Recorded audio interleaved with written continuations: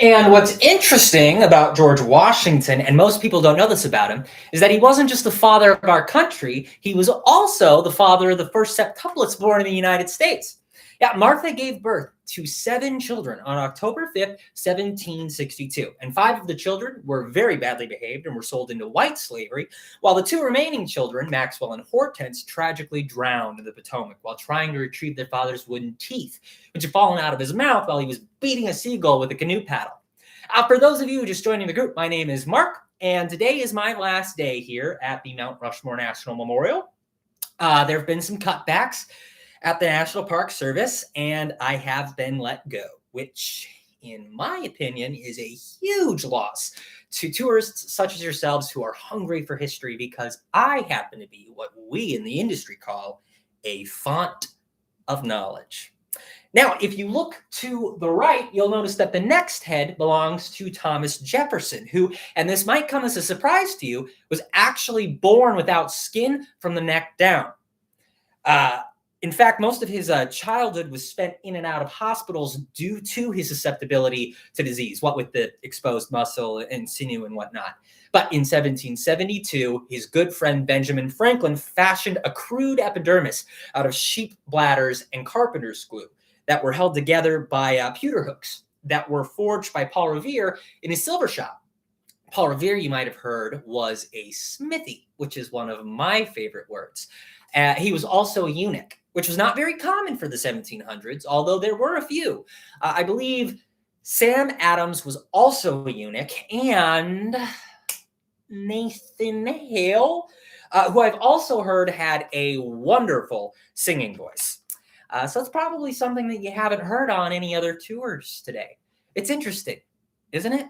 Oh, and by the way, if any of you have any questions, feel free to raise your hands and stick it up your ass. That is just the kind of mood I'm in today. I see I'm losing some of you. Well, that's all right. It's more intimate this way. And I happen to have, or be very comfortable with intimacy, unlike a certain Victor Collins, my direct supervisor here at the National Park Service, and my former lover. He's the man responsible for my layoff, as well as my monthly herpes outbreak. Moving on, we have the esteemed Theodore Teddy Roosevelt. He was our 26th president and a well-documented pederast. He actually spent most of his presidency traipsing around Cuba and Panama looking for little boys to induct into his Rough Rider Club, whether they liked it or not. Bully indeed. He also briefly appeared in a burlesque house comedy entitled Tally-Ho, Kathleen, and he enjoyed playing chess and long walks on the beach. Coincidentally, so does my ex-lover slash boss, Victor Collins. Any complaints about today's tour can be directed to him. His office is located just past the gift shop behind the glass doors. He'll be the fat fuck with the stupid hat and the chinos. He's hard of hearing, so I encourage you to yell whenever speaking to him and use as much profanity as possible. He's more responsive when he's berated and under pressure. Next up, we have Abraham Lincoln, who was our first Jewish president and the inventor of dirt. He was, of course, our tallest president, standing 10 feet 2 inches tall. He spoke fluent Mandarin and walked with a peg leg. A thrice convicted arson, Abraham Lincoln grew up in an adobe hut and had X-ray vision. He was one of our best presidents, and his wife was mentally unhinged. Speaking of mentally unhinged, let's pretend that I'm Victor and you're me. Oh, gee, Mark, it's nothing personal. I gotta fire someone, and heck, I was gonna break up with you anyway. You're incredibly passive-aggressive, and that's not the kind of person I want to spend my life with. You're gonna be upset either way, so this is like 2 birds with 1 stone. Hey, anybody have a stone? Let's go throw it at Victor's head! I'm just kidding. Violence is never the answer, as was so wisely stated by our 39th president, Che Rivera. Okay, well, you two obviously have places to go. Have a great afternoon and enjoy your stay here at Mount Rushmore, the only monument in America made entirely out of cheese.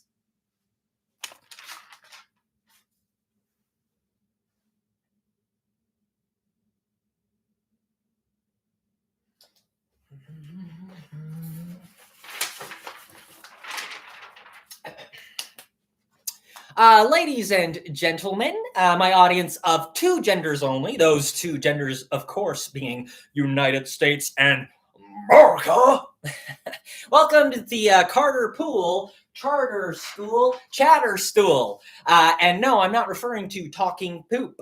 Someone suggested to my wife, whom you all know runs this here charter school, they suggested to my wife, who's watching this presentation from the wings, they suggested to my wife that on behalf of charity, I should give a lecture on a popular topic. Why not? You want a lecture? You'll get a lecture. I could care less. No, not couldn't care less. In this particular instance, I could care less. What can I say? I am unequivocally ambivalent. Of course, I'm no professor and am a complete stranger to academic degrees, but nevertheless, all the same, for 30 years now, unceasingly, one might even say at the cost of my own health, I have been working on questions of a strictly scientific bent.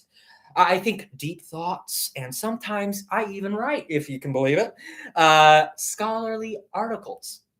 Well, if you can consider letters to the editor scholarly. Among others, a few days ago, I wrote a huge article titled The Dangers of Eating Bath Salts. My daughters loved it. All 5 of them. No boys. But that's for another day. As for today's lecture, I chose to speak on the dangers visited on humanity by the woke mob mentality brought to you by the liberal bastards who are pissing their pants about our savior-in-chief, the Lord's #1 guy, President Donald J. Trump. Specifically, the left's syndrome of derangement against him. Now, I respect diversity of opinion. I know some may say I have Trump derangement syndrome, or TDS, as the big orange God King loves to say, but my wife insisted that I lecture today about the true evils of TDS, and so there's no point arguing with her.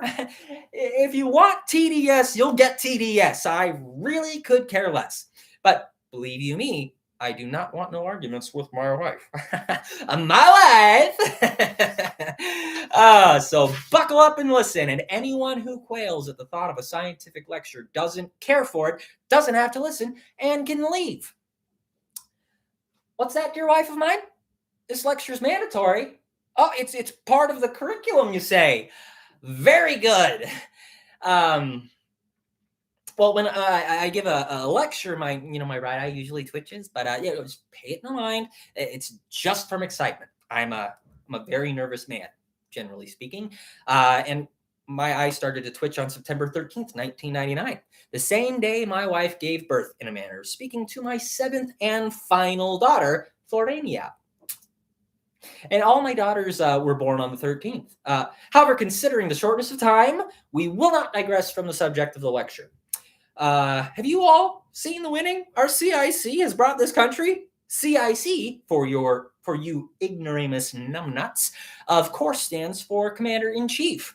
And clearly, there's no thanks to the Dems pretending to be gluten-free, dairy-free, and taste-free. Unlike true patriots, we drink our milk unblemished and unpasteurized. America! Oh, what's that, dear wife of mine? You have to step out. You'd like to ensure the care of these fine young disciples that are in my hands? Very good.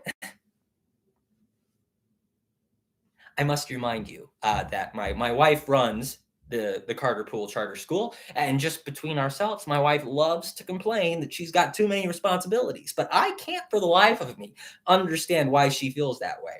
In the Carter Pool Charter School, I'm in charge of the housekeeping department. I buy the provisions, supervise the staff, keep the accounts, tech the AV equipment, exterminate the cockroaches, walk the school mascots, and so on and so forth.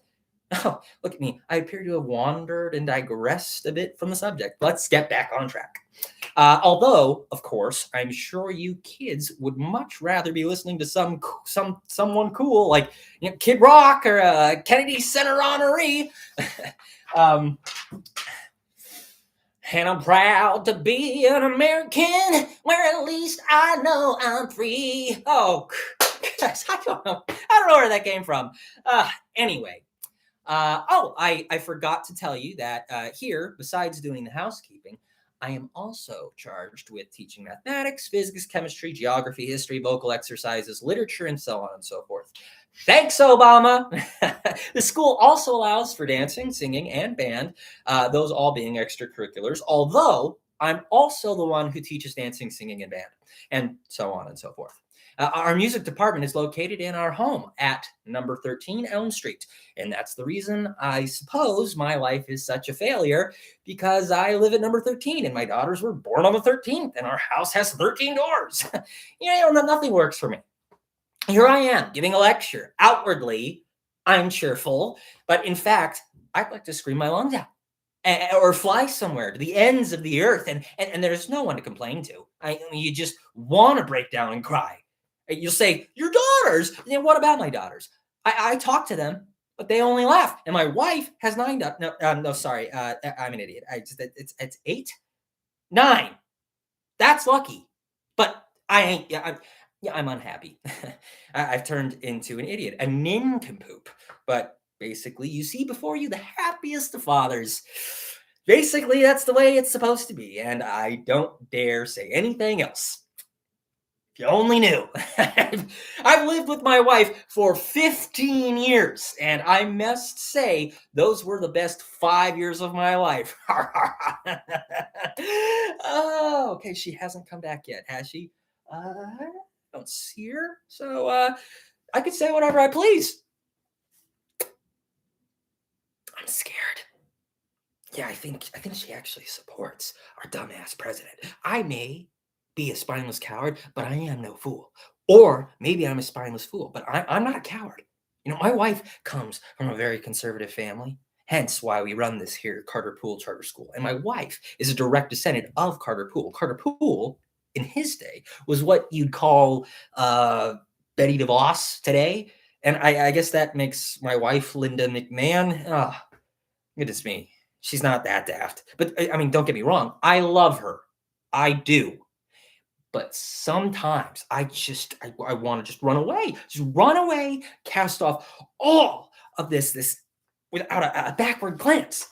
And where to? It doesn't matter where, just out of this shabby, vulgar, despicable hellscape we call the US of A, which has turned me into an old, pathetic idiot, an old, pathetic nincompoop.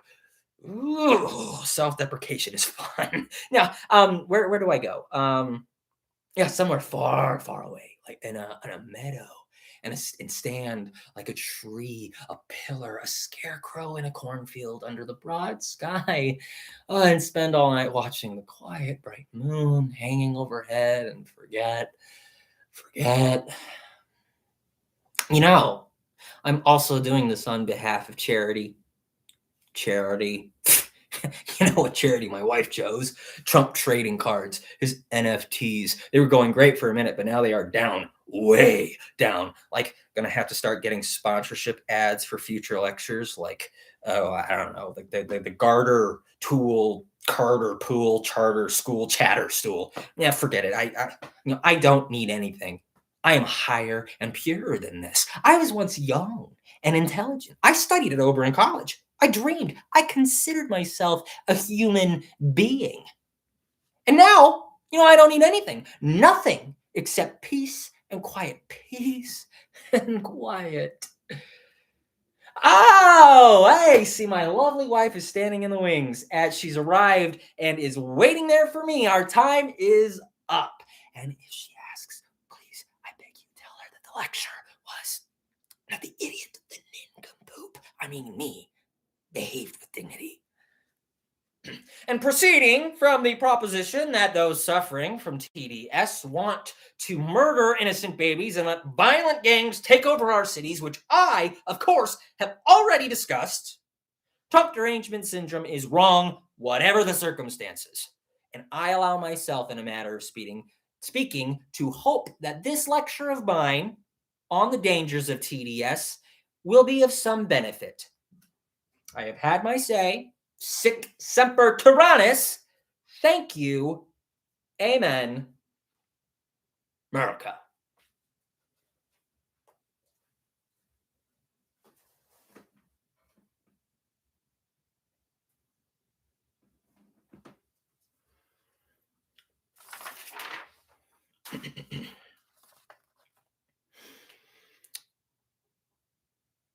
This is a time of shame and sorrow.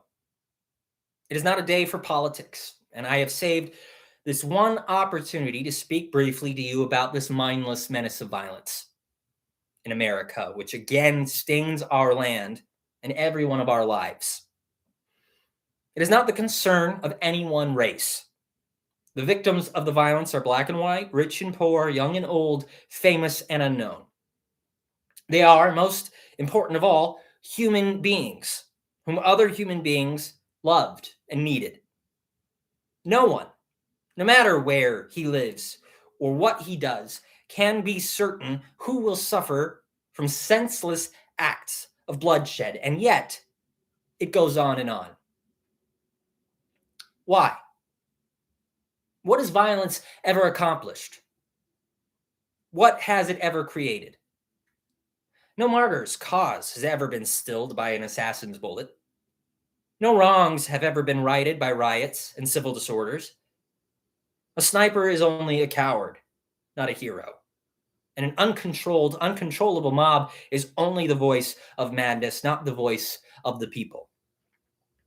Whenever any American's life is taken by another American unnecessarily, whether it is done in the name of the law or in the defiance of law by one man or a gang, in cold blood or in passion, in an attack of violence or in response to violence, whenever we tear at the fabric of life, which another man has painfully and clumsily woven for himself and his children, the whole nation is degraded. Among free men, said Abraham Lincoln, there can be no successful appeal from the ballot to the bullet, and those who take such appeal are sure to lose their cause and pay the costs. Yet we seemingly tolerate a rising level of violence that ignores our common humanity and our claims to civilization alike. We calmly accept newspaper reports of civilian slaughter in far-off lands. We glorify killing on movie and television screens and call it entertainment. We make it easy for men of all shades of sanity to acquire weapons and ammunition they desire. Too often, we honor swagger and bluster and the wielders of force. And too often we excuse those who are willing to build their own lives on the shattered dreams of others. Some Americans who preach nonviolence abroad fail to practice it here at home. And some who accuse others of inciting riots have, by their own conduct, invited them. Some look for scapegoats. Others look for conspiracies. But this much is clear. Violence breeds violence. Repression brings retaliation, and only a cleaning of our whole society can remove this sickness from our soul. For there is another kind of violence, slower, but just as deadly, destructive as the shot or the bomb in the night. And that is the violence of institutions, indifference and inaction and slow decay. This is the violence that affects and afflicts the poor, that poisons relations between men because their skin has different colors. This is a slow destruction of a child by hunger, and schools without books, and homes without heat in the winter. This is the breaking of a man's spirit by denying him the chance to stand as a father and as a man among other men. And this too afflicts us all. And I have not come here to propose a set of specific remedies, nor is there a single set. For a broad and adequate outline, we know what must be done. When you teach a man to hate and fear his brother, when you teach that he is a lesser man because of his color or his beliefs or the policies he pursues, when you teach that those who differ from you threaten your freedom or your job or your family, then you also learn to confront others not as fellow citizens, but as enemies. To be met not with cooperation, but with conquest. To be subjugated and mastered. We learn at the last to look at our brothers as aliens, men with whom we share a city but not a community, men bound to us in common dwelling but not in common effort. We learn to share only a common fear, only a common desire to retreat from each other, only a common impulse to meet disagreement with force. And for all this, there is no final answers. Yet we know what we must do, and it is to achieve true justice among our fellow citizens. And the question is not what programs we should seek to enact. The question is whether we can find in our own midst and in our own hearts that leadership of human purpose that will recognize the terrible truths of our existence. We must admit the vanity of our false distinctions among men and learn to find our own advancement in the search for the advancement of all. We must admit in ourselves that our own children's future cannot be built on the misfortunes of others. We must recognize that this short life can neither be ennobled or enriched by hatred or revenge. Our lives on this planet are too short, and the work to be done too great to let this spirit flourish any longer in our land. And of course, we cannot vanish it with a program, nor with a resolution. But we can perhaps remember, even if only for a time, that those who live with us are our brothers, and that they share with us the same short movements of life that they seek as we do. Nothing but the chance to live out their lives in purpose and happiness, winning what satisfaction and fulfillment they can. Surely this bond of common faith, this bond of common goal, can begin to teach us something. Surely we can learn at least to look at those around us as fellow men. And surely we can begin to work a little harder to bind up the wounds among us and to become, in our hearts, brothers and countrymen once again.